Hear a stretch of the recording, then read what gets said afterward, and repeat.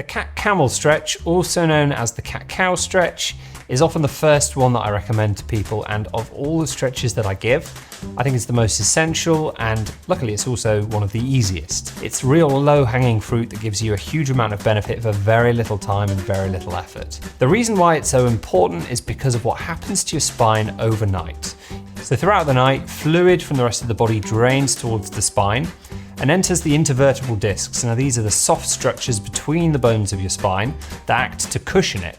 But because they're soft, they can tend to bulge and they can cause certain kinds of injury. So when they're better hydrated, they're actually slightly more likely to do that. The other thing that happens is that the ligaments, which are like the strings that hold together the bones of the body, become tighter, and the muscles that usually support the spine become slightly less well engaged. So all of this means that you're slightly more at risk of injury first thing in the morning. The good news is that the cat-camel very easily undoes all of that. So to do a cat-camel stretch, you're going to start in a tabletop position with your hips, knees and shoulders at 90 degrees each.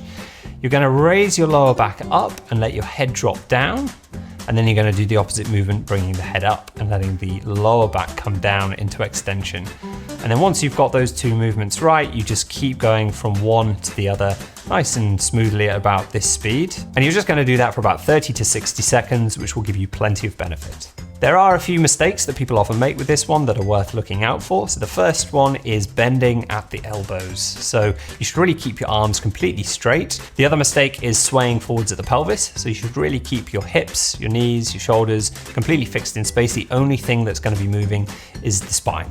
And there's another stretch that I often recommend pairing this one with, which is the knee chest stretch, which is also going to help to loosen off your lower back muscles and also give you some hip flexibility. So for this one, you just lie on your back, bring one knee up towards your chest, hold it there tightly for 10 seconds, and then you do the same thing on the other side, and then you bring both of them up together and hold them for 10 seconds again. So those are the cat-cow stretch and the knee chest stretch, two of the most foundational stretches that I recommend. Get into the habit of doing those every day. They're like brushing your teeth for the spine. They will help to avoid all kinds of issues and injuries that could occur otherwise.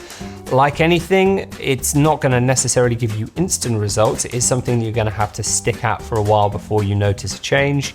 But if you get into a habit with it, it will make a real difference. So give it a try at home.